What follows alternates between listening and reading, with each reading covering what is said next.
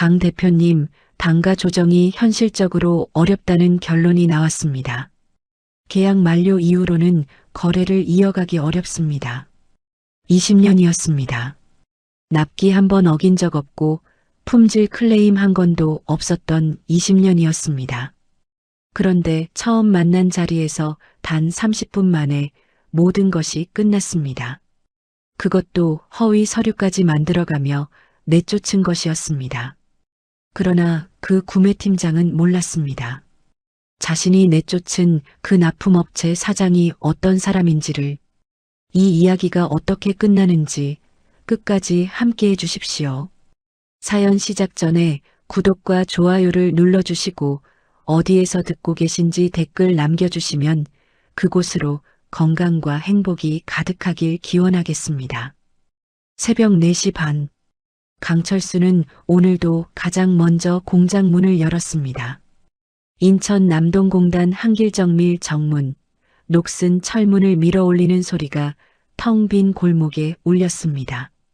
찬 공기가 얼굴을 스쳤지만 그는 아랑곳 없이 안으로 들어섰습니다. 굵어진 손마디와 햇볕에 그을린 얼굴이 이 공장에서 보낸 세월을 말해주고 있었고, 새벽에 혼자 공장 문을 여는 이 습관만큼은 28살에 이 공장 처음 문을 두드리던 날부터 한 번도 바뀐 적이 없었습니다. 형광등이 하나씩 켜지면서 공장 안이 밝아졌습니다.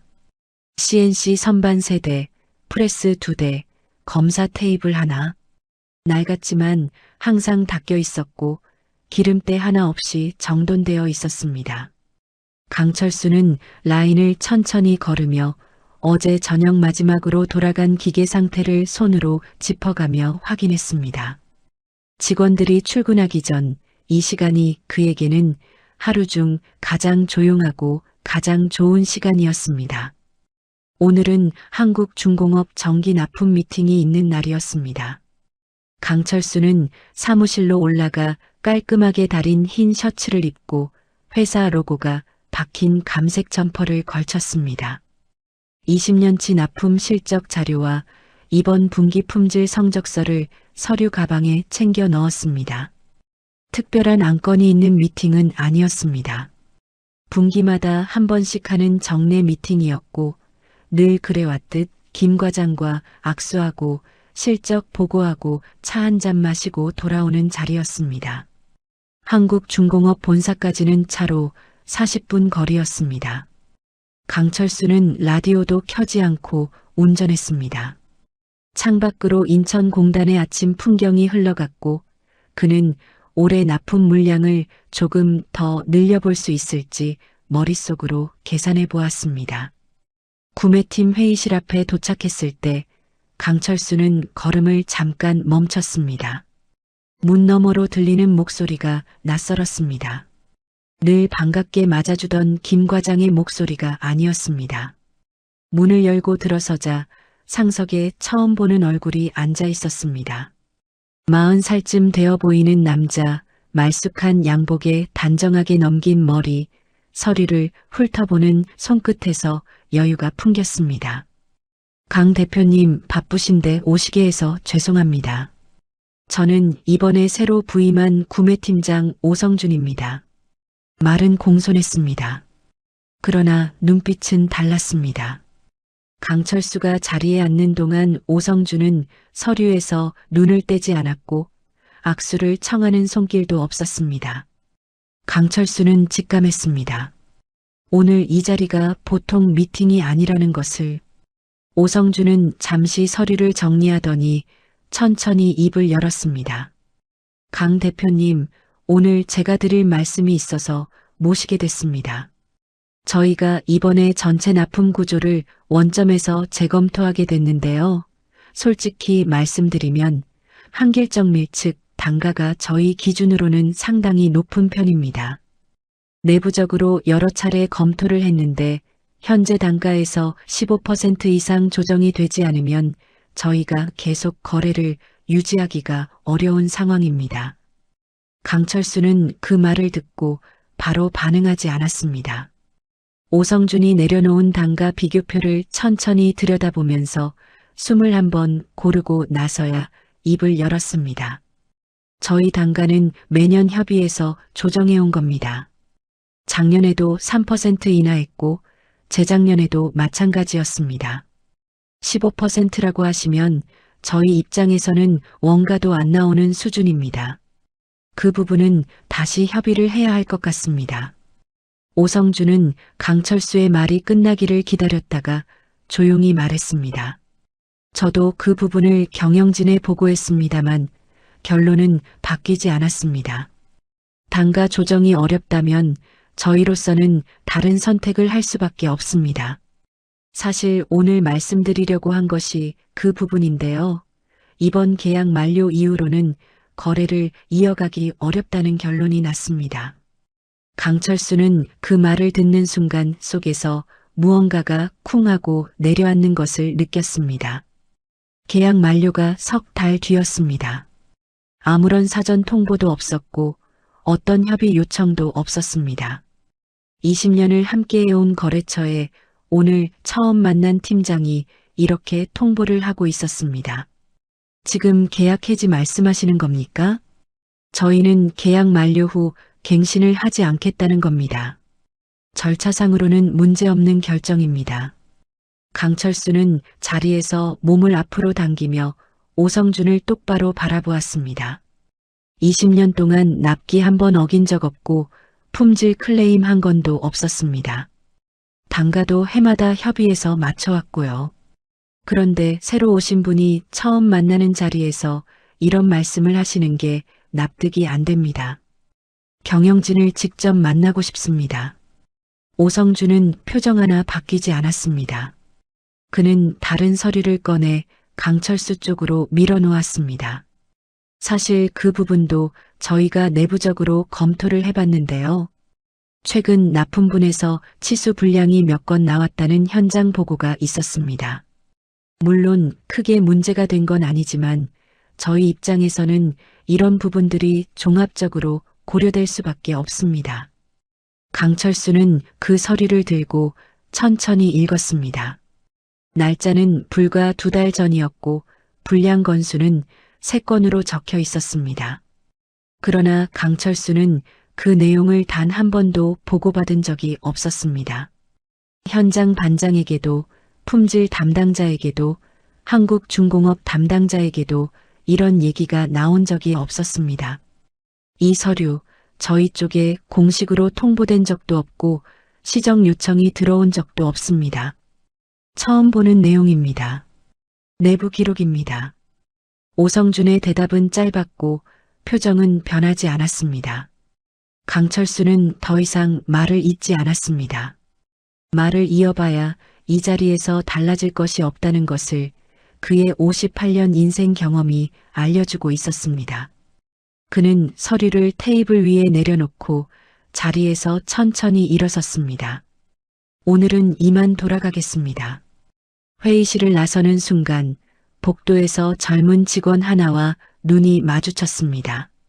30 중반쯤 되어 보이는 남자였는데 강철수를 알아보는 듯 잠깐 멈칫하더니 시선을 피하며 발걸음을 서둘렀습니다. 나중에 알게 되었지만 그 직원이 품질팀 대리 이동욱이었습니다. 주차장으로 내려온 강철수는 차 문을 열지 않고 한동안 그 자리에 서 있었습니다. 인천 하늘이 흐렸습니다.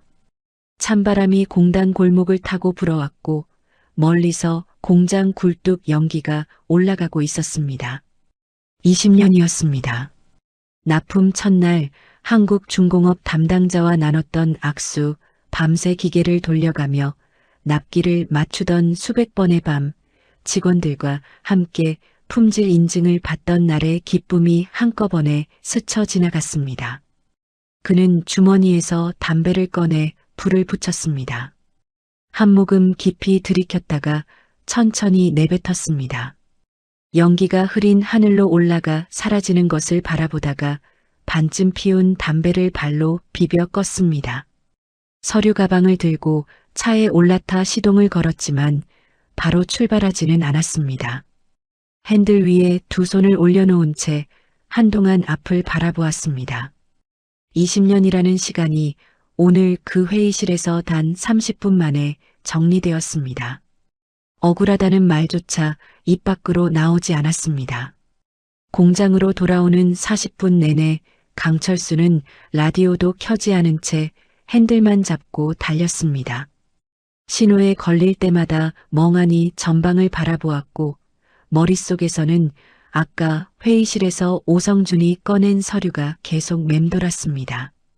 20년 동안 단 한 번도 들어본 적 없는 품질 클레임, 처음 보는 불량 기록, 그리고 아무런 감정도 없이 통보를 하던 그 눈빛이 자꾸 걸렸습니다. 인천공단을 빠져나오는 도로 위로 대형 트럭들이 줄지어 달리고 있었습니다. 저 트럭들 중에 한길정밀 부품을 실어 나르는 차가 몇 대나 될까? 강철수는 그런 쓸데없는 생각을 하면서 엑셀을 밟았습니다. 공장 정문을 들어서자 간부 3명이 사무실 앞에 서 있었습니다. 미팅이 예상보다 일찍 끝났다는 것을 눈치챈 것인지 아니면 강철수의 표정에서 무언가를 읽은 것인지 다들 말없이 그를 바라보았습니다.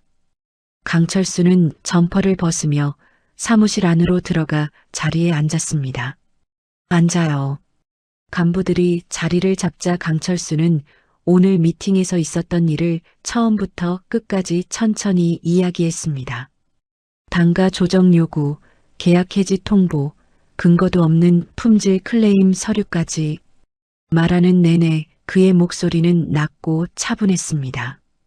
그러나 듣는 간부들의 얼굴은 점점 굳어갔습니다. 생산팀장 박 부장은 주먹을 쥐었다 폈다를 반복했고 격리를 맡고 있는 강철수의 아내 이순례는 입술을 꽉 깨물었습니다. 품질 클레임이요? 저희가 언제 그런 통보를 받은 적이 있습니까? 현장에서 그런 얘기 나온 적 한 번도 없었는데요. 대표님, 그 서류 혹시 저도 볼 수 있습니까? 박 부장이 목소리를 높이며 손을 내밀었습니다. 강철수는 서류 가방에서 오성준이 건넨 품질 클레임 서류 사본을 꺼내 테이블 위에 놓았습니다. 박 부장이 집어들고 훑어보더니 이내 고개를 저었습니다. 이거 저도 처음 보는 겁니다. 날짜가 2달 전인데 현장에서 이런 얘기가 나왔으면 저한테 먼저 왔어야 하는 거 아닙니까? 누가 이걸 만든 겁니까? 강철수는 고개를 끄덕였습니다. 나도 처음 봤어. 우리한테 공식으로 넘어온 건 아무것도 없잖아. 시정 요청도 없었고 전화 한 통도 없었어. 그게 이상한 거야. 이순례가 조용히 입을 열었습니다. 그럼 처음부터 핑계를 만들어 놓은 거네요. 내보내려고 미리 서류를 꾸며둔 거 아닙니까? 아무도 대답하지 않았습니다. 그러나 사무실 안에 있는 모두가 같은 생각을 하고 있었습니다. 강철수는 테이블 위에 두 손을 모으고 천천히 말했습니다. 일단 우리가 할 수 있는 건 다 해봐야지. 한국중공업 담당 임원한테 면담 요청 넣어. 팀장 선에서 결정된 거면 위에서 뒤집을 수도 있으니까. 그러나 그 말을 하면서도 강철수는 속으로 확신이 서지 않았습니다. 오성준의 눈빛은 이미 모든 것이 결정된 사람의 눈빛이었습니다. 간부들이 사무실을 나가고 나서 강철수는 혼자 남아 창밖을 바라보았습니다. 공장 마당에서 직원들이 오후 작업을 준비하며 움직이고 있었습니다. 저 사람들은 아직 아무것도 모르고 있었습니다. 면담 요청은 사흘 뒤에야 겨우 연결이 됐습니다. 강철수는 정장을 차려입고 한국중공업 본사 로비에 들어섰습니다. 안내 데스크에서 이름을 대고 담당 임원 비서에게 연결을 요청했습니다. 비서는 잠깐 기다리라고 했고 강철수는 로비 소파에 앉아 기다렸습니다. 10분이 지났습니다. 20분이 지났습니다. 30분이 지나자 비서가 다시 나타났습니다. 죄송합니다, 강 대표님. 오늘 임원님 일정이 갑자기 바뀌셔서 면담이 어렵게 됐습니다. 다음에 일정 조율해서 연락드리겠습니다. 언제쯤 가능할까요? 급한 사안이라 오래 기다리기가 어렵습니다. 제가 확인해서 연락드리겠습니다. 비서는 그 말을 끝으로 돌아섰습니다. 강철수는 아무 말 없이 자리에서 일어났습니다. 다음 연락은 오지 않을 것이라는 것을 그는 이미 알고 있었습니다. 돌아서는 순간 로비 저편에서 품질팀 대리 이동욱이 서류를 들고 지나가다가 강철수와 눈이 마주쳤습니다. 이동욱은 잠깐 걸음을 멈추었습니다. 강철수 쪽으로 다가오려는 듯 반 발짝 움직였다가 그대로 멈추더니 이내 시선을 내리깔고 다른 방향으로 발걸음을 돌렸습니다. 강철수는 그 모습을 보았지만 붙잡지 않았습니다. 뭔가 할 말이 있어 보이는 눈빛이었지만 강철수는 그냥 발걸음을 돌렸습니다.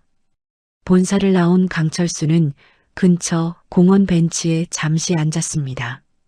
바람이 차가웠습니다. 주머니에서 휴대폰을 꺼내보니 은행에서 부재중 전화가 2통 와 있었습니다. 강철수는 전화를 걸었습니다. 네, 강철수입니다. 대표님, 연말 대출 만기권으로 연락드렸습니다. 이번 달 안으로 한번 방문해 주실 수 있겠습니까? 상환 계획서를 같이 검토해 봐야 할 것 같아서요. 알겠습니다. 이번 주 중으로 가겠습니다. 전화를 끊고 강철수는 한동안 그대로 앉아 하늘을 올려다보았습니다. 구름이 빠르게 흘러가고 있었습니다. 그날 밤 강철수는 사무실에 혼자 남아 자금 계획표를 펼쳐놓았습니다. 석 달 뒤 계약이 끝나면 매출의 절반 이상이 한꺼번에 사라지는 구조였습니다. 석 달이라는 시간이 길어 보였지만 대출 만기와 직원 월급, 거기다 새 거래처를 당장 찾아야 한다는 것까지 생각하면 석 달은 턱없이 짧았습니다. 강철수는 펜을 들었다 내려놓기를 반복하다가 결국 형광등을 끄고 어둠 속에 앉아 있었습니다. 47명의 얼굴이 하나씩 떠올랐습니다. 입사한 지 얼마 안 된 막내 직원, 아이 셋을 키우는 프레스 담당 김 반장, 10년 넘게 옆자리를 지킨 박 부장. 이 사람들에게 무슨 말을 해야 할지 강철수는 아직 알 수 없었습니다.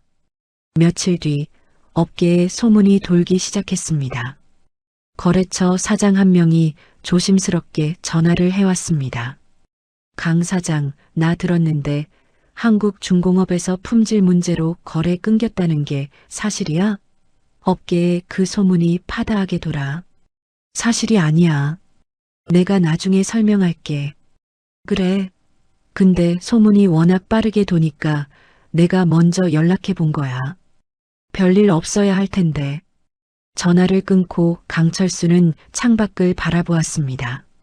단가 문제도 계약 해지도 억울했지만 품질 문제라는 누명이 업계 전체로 퍼지고 있다는 것이 가장 가슴을 짓눌렀습니다. 거래처들이 하나둘 연락을 줄이기 시작했고 새 거래처를 뚫으려 해도 소문이 먼저 가 있었습니다. 억울함보다 허탈함이 더 컸습니다. 억울한 것은 싸울 수라도 있지만 이미 퍼져버린 소문은 잡을 수가 없었습니다. 같은 시각 서울 강남의 한 일식집에서는 오성준과 박진수가 마주 앉아 술잔을 부딪히고 있었습니다. 박진수가 활짝 웃으며 잔을 들었습니다. 형, 우리 이제 본격적으로 시작하는 거지? 신성부품 드디어 한국중공업 들어가는 거야? 오성준은 잔을 천천히 비우며 입꼬리를 올렸습니다. 걱정하지 마. 다 됐어. 박진수는 그 말에 안도한 듯 다시 잔을 채웠습니다. 두 사람이 웃음을 나누는 동안 인천 남동공단 한길정밀 사무실에서는 강철수가 꺼진 형광등 아래 혼자 앉아 있었습니다. 바깥에서는 공장 기계 식는 소리만 들렸고 마당을 가로지르는 바람 소리가 창문을 흔들었습니다. 강철수는 자금 계획표를 덮고 눈을 감았습니다. 내일 아침에도 새벽 4시 반에 일어나야 한다는 것만큼은 변하지 않았습니다. 계약 만료까지 2달이 채 남지 않은 어느 저녁이었습니다. 직원들이 모두 퇴근하고 공장 안이 조용해진 시간, 강철수는 혼자 CNC 선반 옆에 쭈그려 앉아 기계 몸통을 걸레로 닦고 있었습니다. 특별히 더러운 것도 아니었습니다. 그냥 손을 움직이고 싶었습니다. 가만히 앉아 있으면 머릿속이 너무 시끄러워졌기 때문에 몸을 쓰다 보면 잠시라도 다른 생각을 할 수 있었습니다. 기계 냄새, 쇳가루 냄새, 기름 냄새가 뒤섞인 이 공장 특유의 냄새가 오히려 강철수를 진정시켰습니다. 20년 동안 맡아온 냄새였습니다. 사무실 책상 위에는 폐업 관련 서류가 반쯤 펼쳐져 있었습니다. 세무사가 보내온 자료였습니다.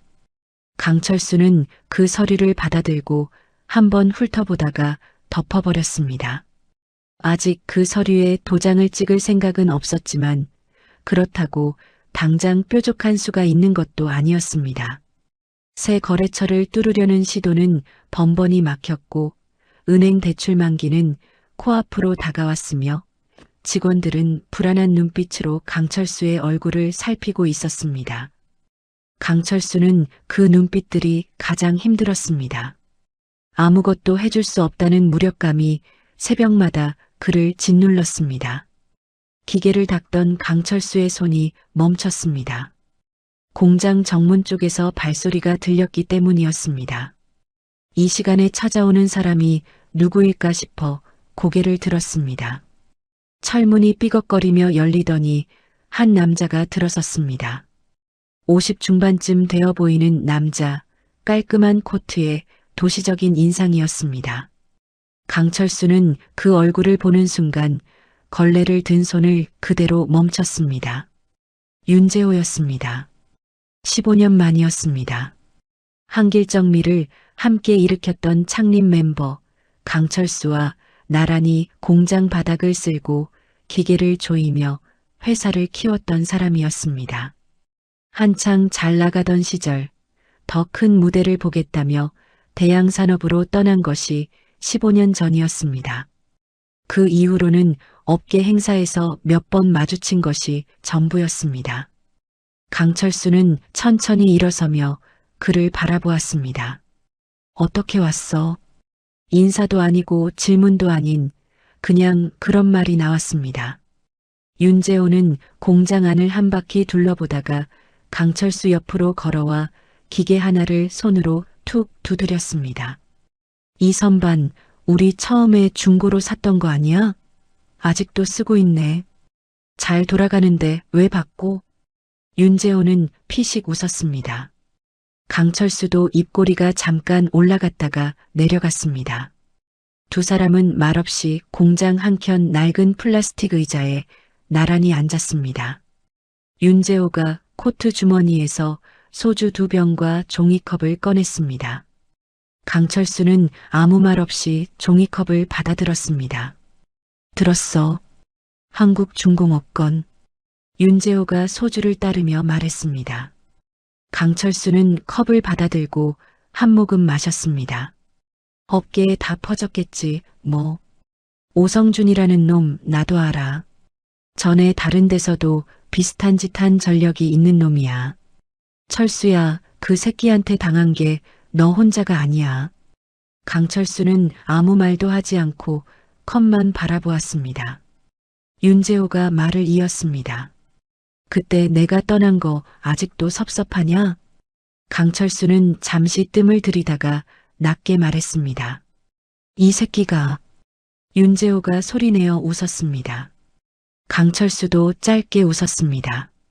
15년이라는 시간이 그 웃음 한 번에 조금 좁혀지는 것 같았습니다. 둘은 한동안 말없이 소주를 마셨습니다. 공장 안은 조용했고 형광등 하나가 미세하게 깜빡이고 있었습니다. 윤재호가 두 번째 잔을 따르면서 천천히 입을 열었습니다. 철수야, 나 그냥 안부나 물으러 온 거 아니야. 할 말이 있어서 왔어. 강철수는 그를 바라보았습니다. 철수야, 우리 대양산업이랑 기술 협력 계약 한번 맺자. 한길정밀은 한길정밀대로 운영하면서 우리한테 납품하는 구조야. 네가 한국중공업한테 해온 거 그대로 우리한테 하면 돼. 물량은 내가 책임진다. 내 기술이면 우리가 지금 뚫으려는 시장 충분히 잡을 수 있어. 나 괜히 하는 말 아닌 거 알잖아. 강철수는 한동안 아무 말도 하지 않았습니다.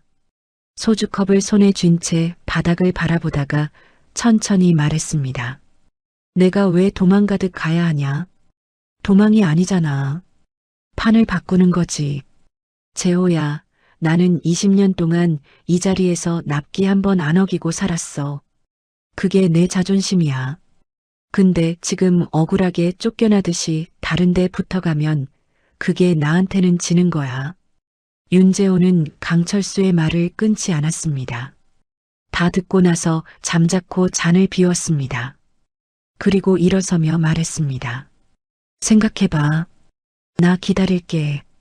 윤재호가 공장 문을 나서고 나서도 강철수는 한동안 그 자리에 앉아 있었습니다. 소주 한 병이 비어 있었고 형광등은 여전히 깜빡이고 있었습니다.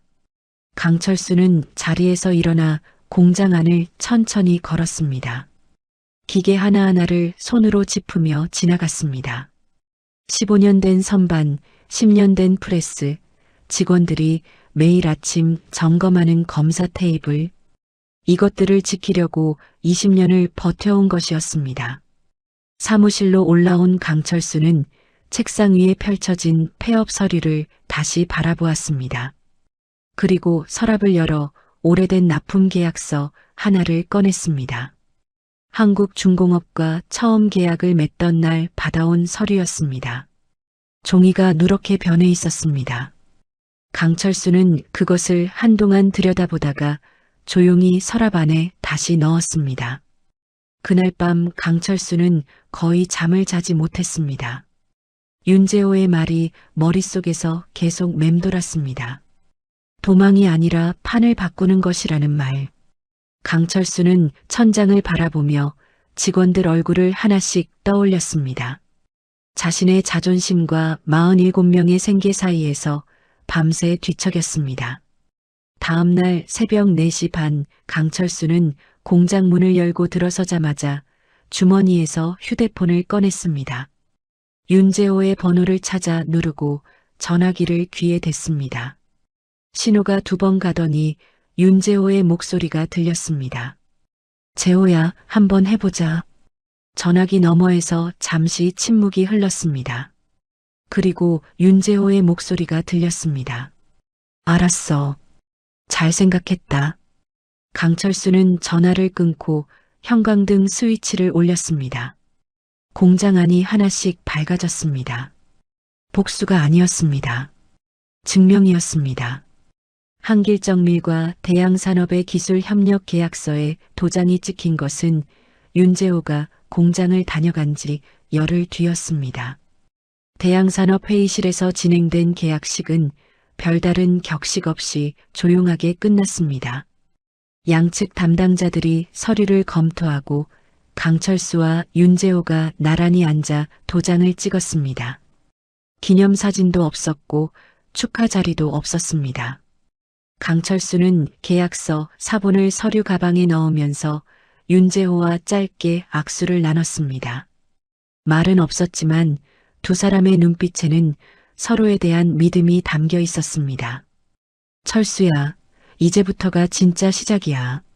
첫 납품 일정은 넉 달 뒤로 잡혀 있으니까 그 안에 공정 라인 정비하고 샘플 통과시켜야 해. 빠듯하긴 한데 네가 못할 건 없잖아. 알아. 넉 달이면 충분해. 강철수는 짧게 대답했지만 속으로는 이미 공정 순서를 머릿속에서 그리고 있었습니다.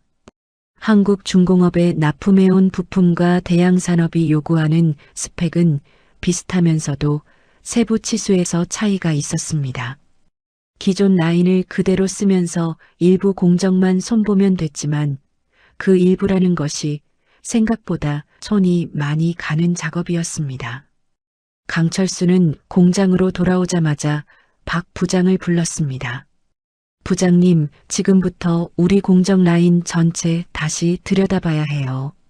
대양산업 스펙 자료 넘겨줄 테니까 오늘 중으로 검토해보고 어디를 손봐야 하는지 뽑아줘요. 박 부장은 자료를 받아들고 눈을 한번 크게 떴습니다. 대양산업이요? 대표님, 이거 진짜 된 겁니까? 됐어요. 넉 달 안에 첫 납품해야 하니까 시간 없어요. 박 부장은 잠시 강철수를 바라보다가 자료를 꼭 쥐며 고개를 끄덕였습니다. 알겠습니다. 오늘 밤 안으로 뽑아드리겠습니다. 그날 오후 늦게 강철수는 직원들을 공장 마당에 모두 불러 모았습니다. 47명이 삼삼오오 모여 강철수 앞에 섰습니다. 강철수는 말을 길게 하는 스타일이 아니었습니다. 한국중공업 계약 해지 이후 직원들에게 상황을 솔직하게 전달하면서도 불필요한 말은 하지 않았던 것처럼 이번에도 짧고 단단하게 말했습니다. 여러분, 대양산업이랑 납품 계약 맺었습니다. 넉 달 뒤 첫 납품입니다. 쉽지 않은 일정이에요. 공정도 일부 바꿔야 하고 샘플도 통과시켜야 합니다. 다들 각오하고 따라와 줘야 합니다. 잠시 침묵이 흘렀습니다. 그러다 프레스 담당 김 반장이 손을 들었습니다. 대표님, 우리 야근해도 됩니까? 강철수는 김 반장을 바라보며 고개를 끄덕였습니다. 수당 다 줄게요. 그 말이 끝나자 여기저기서 작은 웃음소리가 났습니다. 무거웠던 공기가 조금 거치는 것 같았습니다. 막내 직원 하나가 조용히 중얼거렸습니다. 해봅시다. 강철수는 그 말을 들었지만 내색하지 않았습니다. 그냥 고개를 한번 끄덕이고 돌아섰습니다. 그러나 등을 보이는 순간 눈가가 뜨거워지는 것을 느꼈습니다. 이 사람들이 있는 한 무너질 수 없다는 생각이 가슴속에서 단단하게 자리를 잡았습니다. 그로부터 사흘 뒤 오성준에게 소식이 들어갔습니다. 업계는 좁았고 한길정밀이 대양산업과 손을 잡았다는 이야기는 빠르게 퍼졌습니다. 오성준은 그 소식을 듣고 잠시 표정이 굳었다가 이내 코웃음을 쳤습니다. 그는 곧바로 예전부터 알고 지내던 업계 거래처 담당자들에게 연락을 돌리기 시작했습니다. 한길정밀이요? 저희가 품질 문제로 계약 해지한 데입니다. 거래하실 거면 한 번 더 검토해 보시는 게 좋을 것 같습니다. 샘플 단계에서 문제가 있었거든요. 말은 돌려서 했지만 의도는 분명했습니다. 한길정밀이 새 거래처를 뚫지 못하도록 업계에서 선을 긋겠다는 것이었습니다. 오성준은 자신이 퍼뜨려 놓은 누명이 아직 효력을 발휘하고 있다고 믿었습니다. 그에게 강철수는 이미 끝난 사람이었습니다. 그러나 강철수는 그런 사실을 알면서도 흔들리지 않았습니다. 대양산업 하나로 충분했습니다. 다른 거래처를 더 뚫는 것은 나중 일이었고 지금 당장은 넉 달 안에 첫 납품을 완벽하게 해내는 것이 전부였습니다. 강철수는 매일 새벽 4시 반에 공장 문을 열었고 직원들은 저녁 늦게까지 라인을 돌렸습니다. 공장에 다시 불이 켜지기 시작했습니다. 어느 날 저녁 이술래가 사무실로 올라왔습니다. 강철수가 설계 도면을 들여다보고 있는 것을 보더니 말없이 옆에 앉았습니다. 그러다 서랍에서 통장 하나를 꺼내 책상 위에 올려놓았습니다. 강철수가 통장을 바라보았습니다. 그거 뭐야? 내가 모아둔 비상금이에요. 설비 바꾸는데 보태요. 강철수는 통장을 밀어냈습니다. 됐어. 그건 당신 거야. 지금 그게 중요해요? 설비 바꾸려면 돈이 필요한 거 내가 모르는 줄 알아요? 강철수는 대답하지 않았습니다. 이술래는 통장을 다시 강철수 앞으로 밀어놓으며 말했습니다. 이거 써요. 말없이. 강철수는 한동안 통장을 바라보다가 천천히 손을 뻗어 아내의 손 위에 얹었습니다. 따뜻했습니다. 20년을 함께 이 공장을 지켜온 손이었습니다.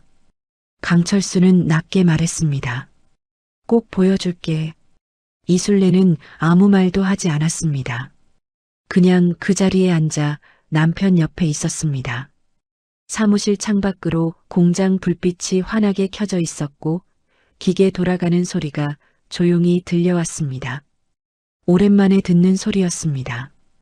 강철수는 그 소리가 이렇게 반가울 수 있다는 것을 그날 처음 알았습니다. 한편 한국중공업 품질팀 사무실에서는 이동욱이 자신의 컴퓨터 화면을 바라보며 미간을 찌푸리고 있었습니다. 화면에는 신성 부품에서 납품된 부품들의 치수 측정 데이터가 펼쳐져 있었습니다. 숫자들이 허용 오차 범위를 아슬아슬하게 오가고 있었습니다.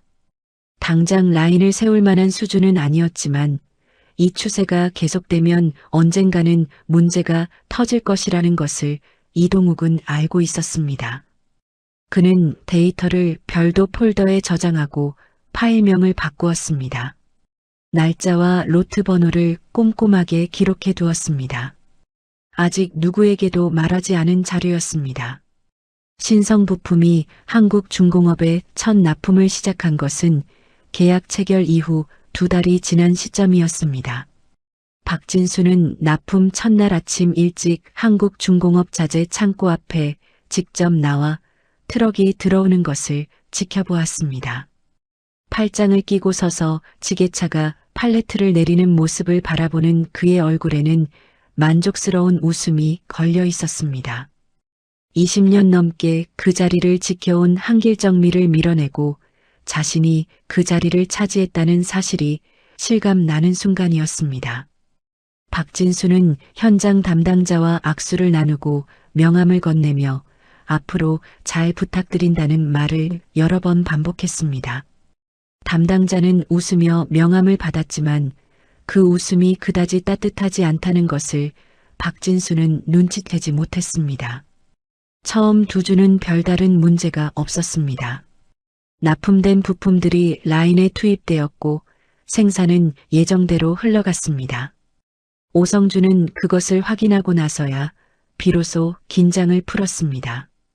퇴근길에 박진수에게 문자를 보냈습니다. 잘 돌아가고 있어. 걱정했던 거 기우였네. 박진수는 곧바로 답장을 보냈습니다. 그러게. 내가 뭘 했어. 우리 이번에 제대로 된 거야. 다음 달 납품 물량도 늘릴 수 있을 것 같은데? 오성주는 그 문자를 보고 짧게 웃으며 답장을 보내지 않았습니다. 서두를 필요가 없었습니다. 모든 것이 계획대로 흘러가고 있었습니다. 그러나 3번째 주가 되면서 현장 분위기가 조금씩 달라지기 시작했습니다. 생산 1라인 반장 최 반장이 조립 과정에서 부품 하나가 규격보다 미세하게 크다는 것을 발견했습니다. 허용 오차 범위를 아주 조금 벗어난 수준이었지만 20년 가까이 현장을 지켜온 최 반장에게는 그냥 지나칠 수 없는 수치였습니다. 손에 쥐는 순간 뭔가 다르다는 느낌이 먼저 왔고 측정을 해보니 역시나였습니다. 그는 해당 부품을 따로 분리해 두고 품질팀에 확인 요청을 넣었습니다. 품질팀 대리 이동욱이 현장으로 내려온 것은 그날 오후였습니다. 이동욱은 최 반장이 분리해둔 부품을 들고 측정실로 올라가 직접 수치를 재었습니다. 숫자가 나왔습니다. 최 반장의 말이 맞았습니다. 허용 오차를 벗어나 있었습니다. 이동욱은 해당 로트 번호를 확인하고 같은 로트에서 납품된 부품 샘플을 추가로 꺼내 측정했습니다. 10개 중 3개에서 같은 문제가 나왔습니다. 이동욱은 측정기를 내려놓고 잠시 생각에 잠겼습니다. 3개라는 숫자가 마음에 걸렸습니다. 1개라면 단순 불량일 수 있었지만 3개면 공정 자체에 문제가 있다는 신호였습니다. 이동욱은 측정 결과를 정리해서 팀장에게 보고했고 보고서는 결국 오성준의 책상 위로 올라갔습니다. 오성준은 보고서를 훑어보더니 이동욱을 불러 짧게 말했습니다. 이 정도 오차는 현장에서 조정 가능한 범위야. 신성부품 쪽에 주의 요청 정도로 마무리해. 이동욱은 잠시 오성준을 바라보았습니다. 팀장님, 같은 로트에서 3개가 나왔습니다. 1개면 모를까, 3개면 공정 자체에 문제가 있을 가능성이 있습니다.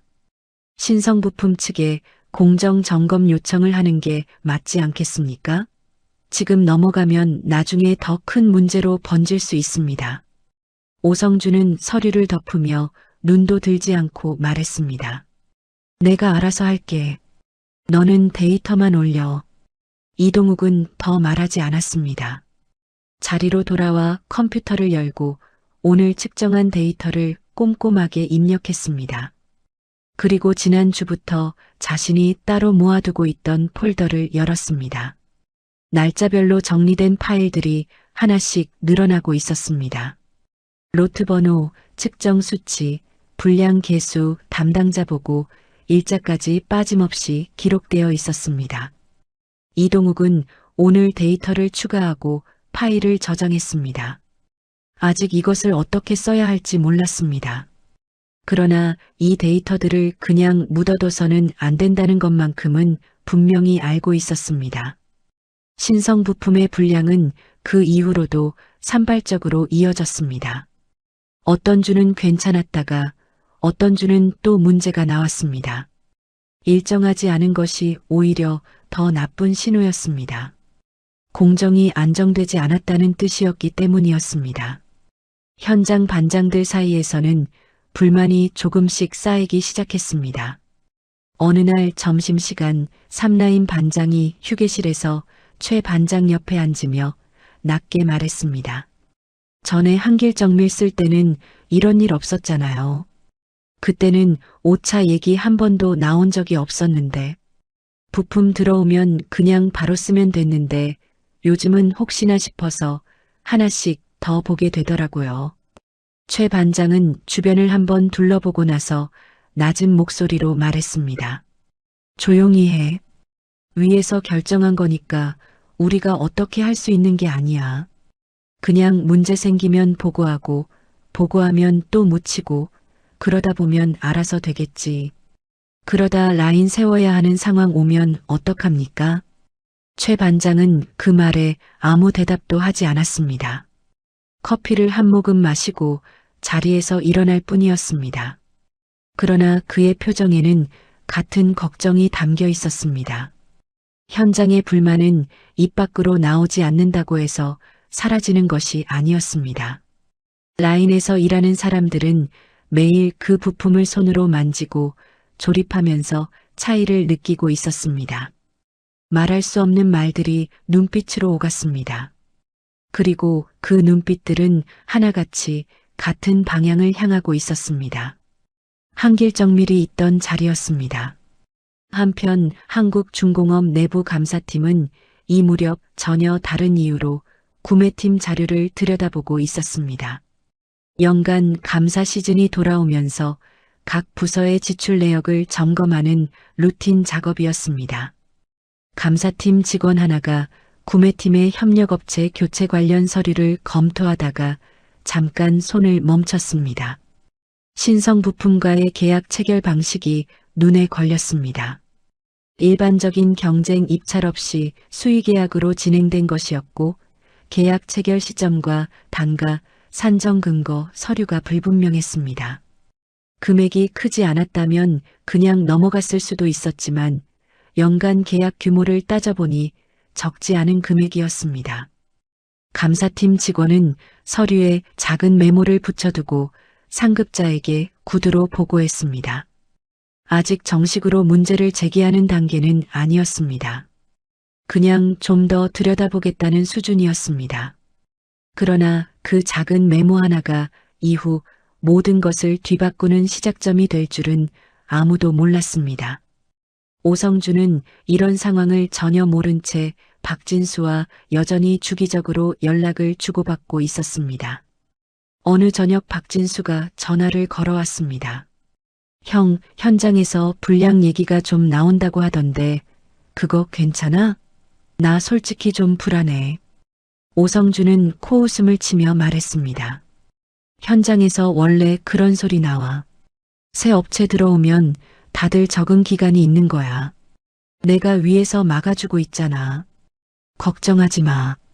근데 형, 진짜 괜찮은 거지? 나 요즘 잠이 좀 안 와. 야, 너 왜 이래? 다 됐다고. 품질팀 보고도 내가 정리했어. 문제 없어. 박진수는 전화를 끊고 나서도 한동안 핸드폰을 손에 쥐고 있었습니다. 오성준의 말을 믿고 싶었지만 뭔가 모를 불안감이 좀처럼 가시지 않았습니다. 그는 소주를 한 잔 따라 마시고 텔레비전을 켰습니다. 화면이 들어왔지만 무엇이 나오는지 눈에 들어오지 않았습니다. 인천 남동공단 한길정밀에서는 그 시간에도 불이 꺼지지 않고 있었습니다. 강철수는 대양산업 첫 납품 샘플 작업에 온 신경을 집중하고 있었습니다. 한국중공업에서 무슨 일이 벌어지고 있는지 강철수는 알지 못했습니다. 알려고 하지도 않았습니다. 그곳에서 일어나는 일은 이제 자신이 관여할 영역이 아니었습니다. 지금 강철수에게 중요한 것은 오직 하나였습니다. 샘플을 완벽하게 통과시키는 것, 그것뿐이었습니다. 강철수는 측정 결과지를 들여다보며 공정 순서를 다시 한번 점검했습니다. 창밖으로 공단의 밤이 깊어가고 있었고 공장 안에서는 기계 소리가 멈추지 않았습니다. 한국중공업 내부 감사가 본격적으로 시작된 것은 감사팀 직원이 구매팀 서류에 메모를 붙여둔 지 3주가 지난 시점이었습니다. 처음에는 연간 루틴 감사의 일환이었고 구매팀도 특별히 긴장하는 기색이 없었습니다. 오성준은 감사팀에서 자료 요청이 들어오자 담당 직원에게 서류를 넘기라고 지시하고 자기 자리로 돌아갔습니다. 매년 하는 감사였고 매년 별일 없이 끝났습니다. 이번에도 마찬가지일 것이라고 생각했습니다. 그러나 이번에는 달랐습니다. 감사팀이 서류를 들여다볼수록 이상한 점들이 하나씩 고개를 들었습니다. 신성 부품과의 계약은 경쟁 입찰 없이 수의 계약으로 처리되어 있었고 단가 산정 근거, 서류는 형식만 갖춰져 있을 뿐 실질적인 비교 검토 자료가 한 장도 없었습니다. 통상적으로 이 규모의 납품 계약이라면 최소 3곳 이상의 업체를 비교 검토한 자료가 있어야 했습니다. 그것이 없었습니다. 거기다 한길정밀과의 계약 해지 과정에서 첨부된 품질 클레임 서류가 감사팀의 눈에 걸렸습니다. 클레임이 제기된 날짜와 한길정밀 측에 공식 통보된 기록이 없었고 시정 요청 이력도 없었습니다. 20년 거래처를 내보내면서 단 한 번의 공식 통보도 없었다는 것이 서류상으로 확인되었습니다. 정상적인 절차라면 반드시 있어야 할 것들이 깔끔하게 없었습니다. 감사팀장은 팀원들을 조용히 불러 모았습니다. 이거 단순 행정 오류가 아닌 것 같아. 구매팀장 관련 자료 전부 다 뽑아. 위에 먼저 보고하고 움직여. 바로 그 무렵 품질팀 대리 이동욱은 혼자 야근을 하고 있었습니다. 퇴근 시간이 한참 지나 사무실에 아무도 없는 것을 확인하고 나서 그는 서랍 깊숙이 넣어두었던 외장하드를 꺼냈습니다. 지난 몇 달간 따로 정리해온 파일들이 담겨 있었습니다. 신성부품 납품분 로트 번호별 측정 수치, 불량 발생 일자, 팀장 보고, 내역과 그 이후 아무런 조치가 이루어지지 않았다는 기록까지 날짜 순으로 빠짐없이 정리되어 있었습니다. 이동욱은 파일들을 한 번 더 검토하고 나서 한길정밀 품질 클레임 서류와 관련해 자신이 직접 보고 들은 것들을 별도 메모로 정리해 파일에 추가했습니다. 오성준이 그 서류에 서명하던 날 이동욱은 바로 옆자리에 있었습니다. 근거가 없는 서류라는 것을 그 자리에서 이미 알고 있었습니다. 그때 말하지 못했던 것이 내내 마음에 걸렸고 한국중공업 본사 로비에서 강철수와 눈이 마주쳤던 날도 잊히지 않았습니다. 다가가려다 발길을 돌렸던 그날이 지금도 마음 한켠에 남아 있었습니다. 이동욱은 외장 아들을 손에 쥐고 자리에서 일어났습니다. 감사팀 사무실은 같은 건물 4층이었습니다. 엘리베이터 버튼을 누르면서 그는 심호흡을 한 번 했습니다. 문을 두드리고 들어서자 야근 중이던 감사팀장이 고개를 들었습니다. 무슨 일이에요? 이동욱은 외장 아들을 테이블 위에 올려놓으며 말했습니다. 저는 그냥 사실대로 말씀드리는 겁니다. 제가 몇 달 동안 따로 정리해둔 자료입니다. 신성부품 불량 데이터하고 한길정밀 품질 클레임 관련해서 제가 직접 보고 들은 것들입니다. 필요하시면 쓰십시오. 감사팀장은 외장 아들을 바라보다가 천천히 이동욱을 올려다보았습니다. 그리고 맞은편 의자를 손으로 가리켰습니다. 앉아요. 이동욱의 자료와 감사팀이 확보한 서류가 합쳐지면서 윤곽이 뚜렷해졌습니다. 감사팀은 이 내용을 경영진에 보고했고 회사는 오성준을 즉각 징계위원회에 회부하기로 결정했습니다. 징계위원회가 열린 날 오성준은 넥타이를 고쳐 매고 회의실로 들어섰습니다. 감사팀장, 인사팀장, 법무팀 소속 변호사가 나란히 앉아 있었습니다.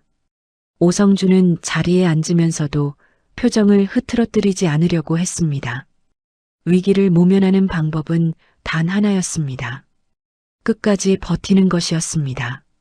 신성부품과의 계약은 경영 판단에 따른 겁니다. 단가 절감이라는 회사 방침에 맞게 진행한 것이고 절차상 문제가 있다면 그건 실무 담당자의 착오입니다. 저는 결제만 한 겁니다. 감사팀장이 서류를 한 장 내밀었습니다. 한길정밀 품질 클레임 서류는요? 공식 통보 기록도 없고 시정 요청 이력도 없는데 이게 어떻게 만들어진 겁니까? 현장 보고를 바탕으로 작성된 겁니다. 절차가 다소 미흡했다면 그건 인정합니다.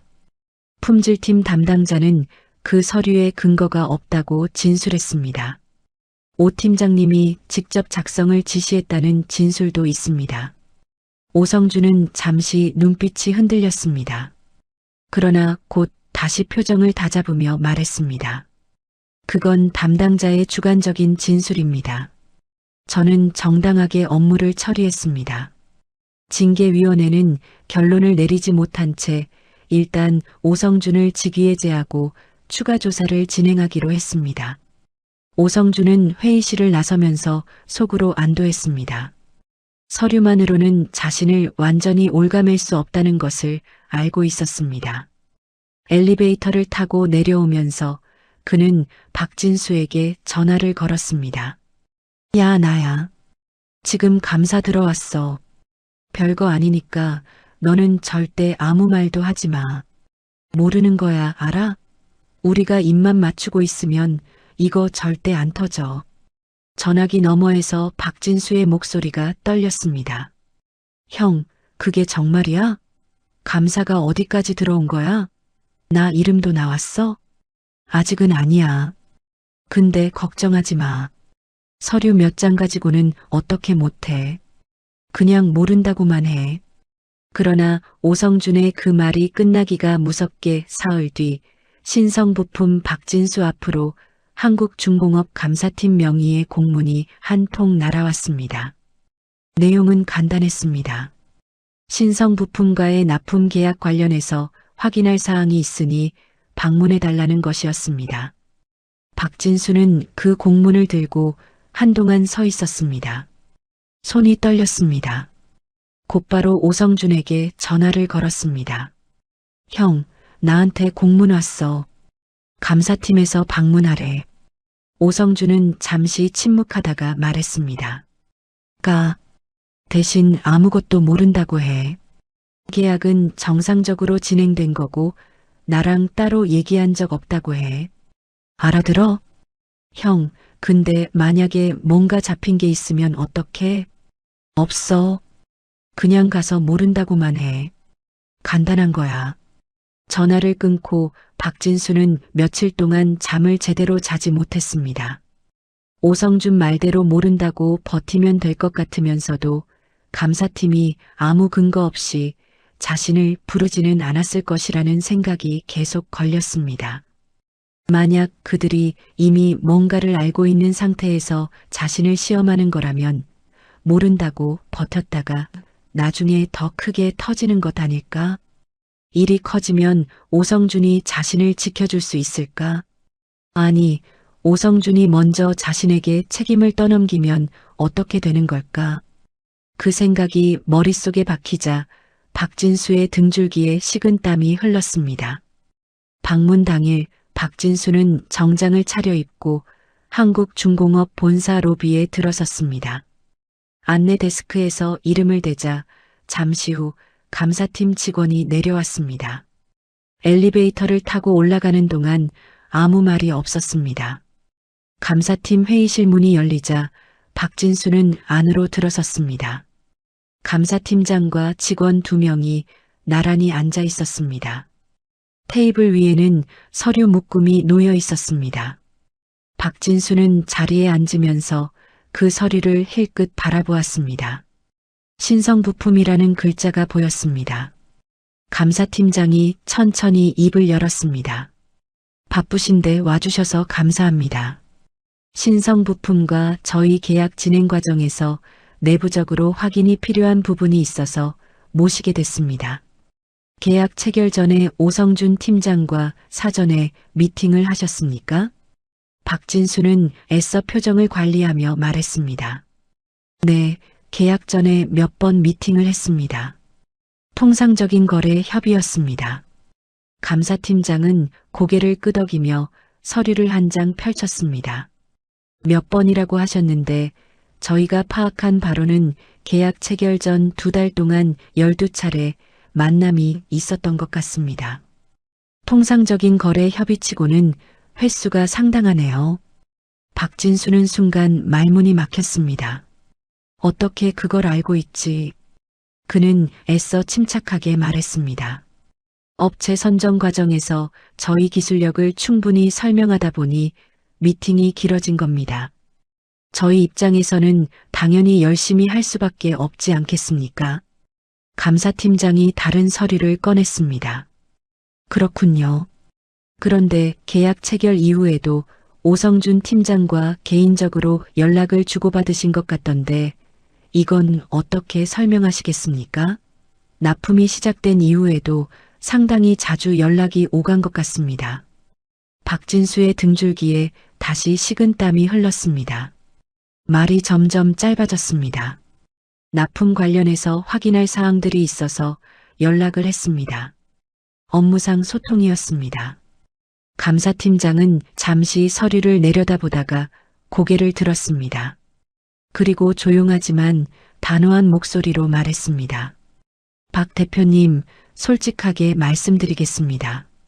저희가 이 자리에 오시라고 한 건 단순한 확인 절차가 아닙니다. 저희가 파악하고 있는 내용이 상당히 구체적입니다. 지금 이 자리에서 사실대로 말씀해 주시는 것이 박 대표님께도 훨씬 유리한 상황입니다. 반대로 지금 여기서 사실을 숨기셨다가 나중에 드러나게 되면 그건 박 대표님이 감당하셔야 할 부분이 훨씬 커집니다. 그 말이 끝나는 순간 박진수의 머릿속에서 오성준의 목소리가 떠올랐습니다. 증거 없어. 모른다고만 해. 그러나 지금 이 회의실 분위기는 증거가 없는 사람들의 분위기가 아니었습니다. 테이블 위에 놓인 서류들, 감사팀장의 눈빛, 조용히 앉아 받아 적을 준비를 하고 있는 직원들. 박진수는 손을 무릎 위에 올려놓았습니다. 손바닥이 땀으로 젖어 있었습니다. 긴 침묵이 흘렀습니다. 박진수는 고개를 천천히 숙이며 입술을 움직였습니다. 사실은 한번 시작하자 말이 멈추지 않았습니다. 오성준과 대학 동기로 오래 알고 지냈다는 것, 한국중공업 납품 계약을 따내기 위해 접근했다는 것, 계약이 성사된 뒤 약속한 금액을 개인 계좌로 나눠서 건넸다는 것까지 하나씩 털어놓았습니다. 한길정밀이 어떻게 밀려났는지도 알고 있는 대로 말했습니다. 오성준이 품질 클레임 서류를 만들어 한길정밀을 내보내겠다고 했을 때 자신은 그냥 고개를 끄덕였을 뿐이었다는 것도 말했습니다. 말을 다 하고 나자 박진수는 어깨가 축 처진 채 테이블만 바라보았습니다. 감사팀 직원이 녹음기를 테이블 위에 올려놓으며 말했습니다. 처음부터 다시 한번 말씀해 주시겠습니까? 박진수의 자백이 확보되자 회사는 즉각 움직였습니다. 오성준과 박진수를 배임 및 횡령 혐의로 형사 고발하기로 결정했습니다. 고발장이 접수되자 경찰 수사가 시작되었고 압수수색 영장으로 열린 오성준의 개인 계좌에는 납품 계약이 체결된 직후부터 주기적으로 입금된 내역이 고스란히 남아 있었습니다. 박진수가 진술한 금액과 정확히 일치했습니다. 수사관이 동료에게 낮게 말했습니다. 이거 교과서네. 오성준이 해고 통보를 받은 것은 그로부터 이틀 뒤였습니다. 인사팀장이 짧게 말했습니다. 오늘부로 해고입니다. 사내 물품은 오늘 중으로 정리해 주십시오. 오성준은 아무 말도 하지 못했습니다. 자신이 그토록 공들여 쌓아온 자리가 단 몇 분 만에 끝났습니다. 자리로 돌아와 서랍을 열었습니다. 손이 떨렸습니다. 짐박스에 물건을 하나씩 집어넣는 동안 주변 직원들은 눈길을 피했습니다. 복도를 걸어 나오는 동안 아무도 말을 걸지 않았습니다. 엘리베이터 문이 닫히는 순간 오성준은 처음으로 눈을 감았습니다. 업계에 소문이 돌기 시작한 것은 그로부터 얼마 지나지 않아서였습니다. 한국중공업 구매팀장이 납품 비리로 형사 고발됐다는 이야기, 20년 거래처를 허위 품질 클레임으로 내쫓았다는 이야기가 빠르게 퍼졌습니다. 강철수의 이름이 다시 업계에 오르내리기 시작했습니다. 이번에는 완전히 다른 방향이었습니다. 강철수는 윤재호에게서 전화로 이 소식을 전해 들었습니다. 윤재호가 흥분된 목소리로 말했습니다. 철수야, 들었어? 오성준 형사 고발됐어. 박진수가 자백했다고. 내 건도 다 드러났어. 이제 다 밝혀진 거야. 강철수는 잠시 침묵했습니다. 창밖으로 공장 마당이 보였습니다. 직원들이 오후 작업을 준비하며 움직이고 있었습니다. 알았어. 알았어? 그게 다야? 억울하게 당한 게 다 밝혀지는 건데 할 말이 없어? 재호야, 나는 지금 샘플 검토해야 해. 나중에 얘기하자. 전화를 끊은 강철수는 측정 결과지를 다시 들었습니다. 오성준이 어떻게 됐든 누명이 벗겨졌든 그것은 그것이었습니다. 자기 자리에서 자기 일을 하는 것, 그것이 강철수가 20년 동안 해온 방식이었고 앞으로도 달라질 것이 없었습니다. 공장 안에서 기계 소리가 울렸습니다. 강철수는 펜을 들고 결과지에 수치를 적어 내려갔습니다. 대양산업이 업계 최고 품질 인증을 획득했다는 소식이 퍼진 것은 한길정밀의 첫 납품이 시작된 지 2달이 지난 시점이었습니다. 인증 발표가 나던 날 대양산업 내부에서는 박수가 터졌고 윤재호는 회의실에서 직원들과 악수를 나누다가 강철수에게 바로 전화를 걸었습니다. 철수야, 됐어. 인증 나왔어. 강철수는 전화기를 귀에 댄 채 공장 마당을 바라보았습니다. 직원들이 오후 작업을 준비하며 움직이고 있었습니다. 그래. 수고했어. 수고했어? 야, 이게 보통 일이야? 축하한다고 해야지. 윤재호, 나 지금 바빠. 전화기 너머에서 윤재호가 피식 웃는 소리가 들렸습니다. 강철수는 전화를 끊고 나서 잠시 그 자리에 서 있었습니다. 입꼬리가 아주 조금 올라갔다가 내려갔습니다. 그것으로 충분했습니다. 품질 인증 소식은 업계에 빠르게 퍼졌습니다. 대양산업이 한길정밀 부품을 쓰면서 불량률이 눈에 띄게 낮아졌다는 이야기, 납기도 한 번도 어긴 적이 없다는 이야기가 돌았습니다. 업계에서는 조용하지만 분명한 반응이 나왔습니다. 대양산업과 거래를 트고 싶다는 연락이 늘었고 그 연락들 중에는 한국중공업의 거래처들도 포함되어 있었습니다. 한국중공업 입장에서는 불편한 신호였습니다. 신성부품 납품 비리 사태로 이미 내부가 뒤숭숭한 상황에서 거래처들마저 흔들리기 시작하자 경영진의 얼굴이 굳어졌습니다. 한국중공업 구매본부장 정기태는 보고서를 받아들고 한동안 말이 없었습니다. 거래처 이탈 현황, 대양산업 품질 인증 내용, 한길정밀 납품 실적 자료가 나란히 올라와 있었습니다. 정기태는 보고서를 덮고 창밖을 바라보았습니다. 이 회사에서 20년 넘게 일해온 그였지만 한 협력업체를 이렇게 처리한 것이 이렇게 빠르게 돌아올 줄은 몰랐습니다. 오성준이 저지른 일이었지만 결과는 회사 전체가 짊어지고 있었습니다. 정기태는 비서를 불렀습니다. 한길정밀 강철수 대표 연락처 알아봐. 비서가 나가고 나서 정기태는 다시 보고서를 펼쳤습니다. 한길정밀 납품 실적 자료를 천천히 들여다보았습니다. 20년치 데이터였습니다. 납기 준수율 100%, 품질 클레임 건수 0건. 오성준이 꾸며낸 서류 속의 한길정밀과 이 데이터 속의 한길정밀은 완전히 다른 회사였습니다. 정기태는 볼펜으로 테이블을 두드리다가 멈췄습니다. 다음 날 오전 강철수의 휴대폰으로 모르는 번호가 찍혔습니다. 받아보니 한국중공업 구매본부장실 비서였습니다. 강 대표님, 저희 정기태 본부장님께서 강 대표님과 미팅을 요청하셨습니다. 편하신 날짜에 저희 본사로 방문해 주실 수 있겠습니까? 강철수는 잠시 아무 말도 하지 않았습니다.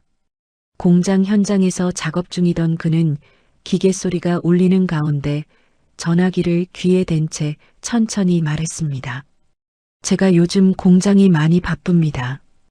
용무가 있으신 쪽에서 오시는 게 맞지 않겠습니까? 수화기 너머에서 잠시 침묵이 흘렀습니다. 비서는 당황한 기색이 역력했지만 곧 침착하게 말했습니다. 알겠습니다. 본부장님께 말씀드리겠습니다. 전화를 끊고 강철수는 다시 작업대로 돌아갔습니다. 박 부장이 옆에서 눈치를 보다가 조심스럽게 물었습니다. 한국중공업입니까? 네. 뭐라 하던가요? 온대요. 박 부장은 잠시 강철수를 바라보다가 피식 웃음을 터뜨렸습니다. 강철수는 아무 말 없이 작업대를 들여다보았습니다. 사흘 뒤 오전 한국중공업 구매본부장 정기태가 비서 한 명을 대동하고 한길정밀 공장 앞에 나타났습니다. 검은 세단에서 내린 정기태는 공장 정문을 바라보았습니다. 낡은 철문, 퇴색된 한길정밀 간판, 공장 마당 한켠에 가지런히 쌓인 부품 박스들. 그는 잠시 그 모습을 바라보다가 안으로 들어섰습니다. 강철수는 공장 마당에서 정기태를 맞았습니다.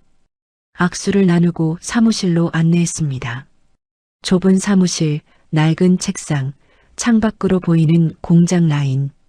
정기태는 자리에 앉으며 주변을 한번 둘러보았습니다. 화려한 것은 하나도 없었지만 20년 동안 단 한 번도 납기를 어기지 않은 회사의 사무실이었습니다. 정기태가 먼저 입을 열었습니다. 강 대표님, 이번 일로 한길정밀에 큰 피해를 드렸습니다. 오성준 전 팀장이 저지른 일이지만 회사로서도 책임이 있다는 것을 인정합니다. 진심으로 사과드립니다. 강철수는 아무 말 없이 정기태를 바라보았습니다. 정기태가 말을 이었습니다. 단도직입적으로 말씀드리겠습니다. 저희가 한길정밀과 다시 거래를 재개하고 싶습니다. 강 대표님께서 수락해 주신다면 이전보다 더 나은 조건으로 계약을 진행하겠습니다. 강철수는 잠시 창밖을 바라보았습니다. 공장 마당에서 직원들이 오후 작업을 준비하며 움직이고 있었습니다. 저 사람들이 버텨준 덕분에 오늘 이 자리가 만들어졌습니다. 강철수는 천천히 정기태에게 시선을 돌렸습니다. 본부장님, 저도 단도직입적으로 말씀드리겠습니다. 저희가 조건을 드리겠습니다. 그 조건이 받아들여지면 재계약 검토하겠습니다. 정기태는 고개를 끄덕였습니다. 말씀하시죠. 강철수는 서류 가방에서 종이 한 장을 꺼내 테이블 위에 올려놓았습니다. 밤새 직접 정리해온 내용이었습니다. 20년 동안 의뢰자리에서 억울하게 받아왔던 불공정 조항들, 일방적인 단가, 인하 요구, 계약 해지 시 위약금 조항 부재, 품질 클레임 처리 절차 미비, 하나씩 짚어가며 말했습니다. 첫째, 단가 조정은 매년 양측 합의로만 진행합니다. 일방적인 인하 요구는 없습니다.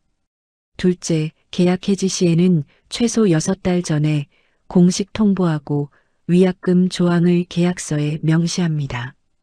셋째, 품질 클레임 발생 시 반드시 공식 문서로 통보하고 시정 기간을 보장합니다.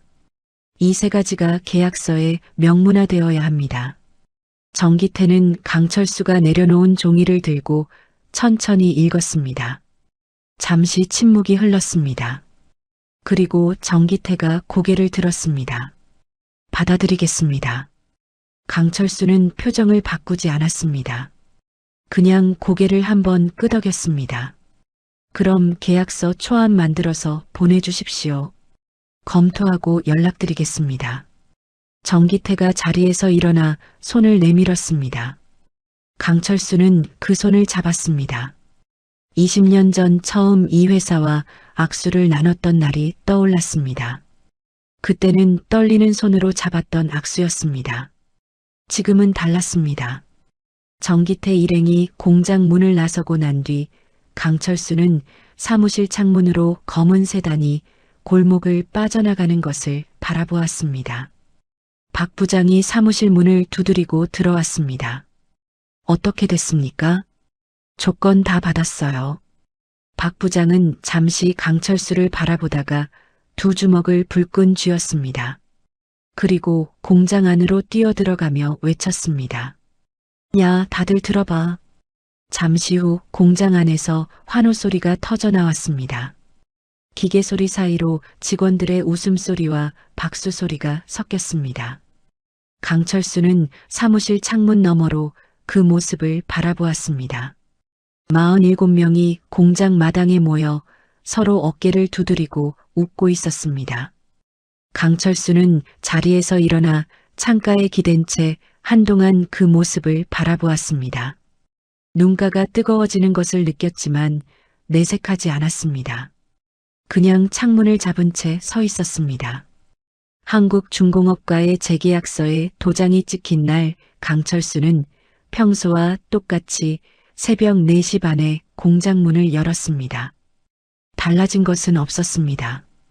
형광등이 하나씩 켜지고 기계를 손으로 짚어가며 점검하고 직원들이 하나둘 출근하는 것을 바라보는 아침이었습니다.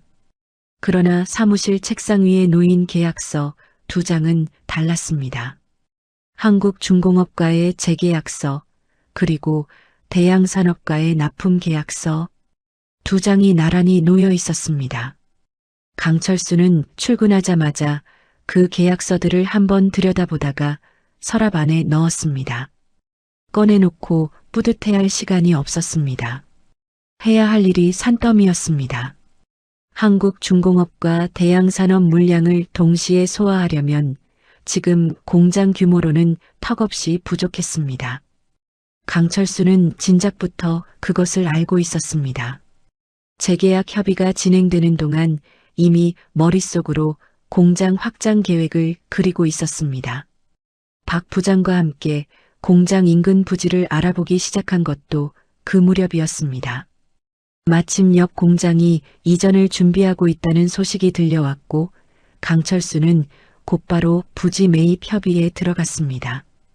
가격 협의가 생각보다 빠르게 마무리되었습니다. 계약서에 도장이 찍히던 날 강철수는 박 부장에게 말했습니다. 이제 사람 뽑아야 해요. 채용 공고 올려요. 박 부장은 환하게 웃으며 말했습니다. 몇 명이나 뽑을까요? 일단 20명. 생산직 15, 품질 관리 5, 현장 경력자 위주로.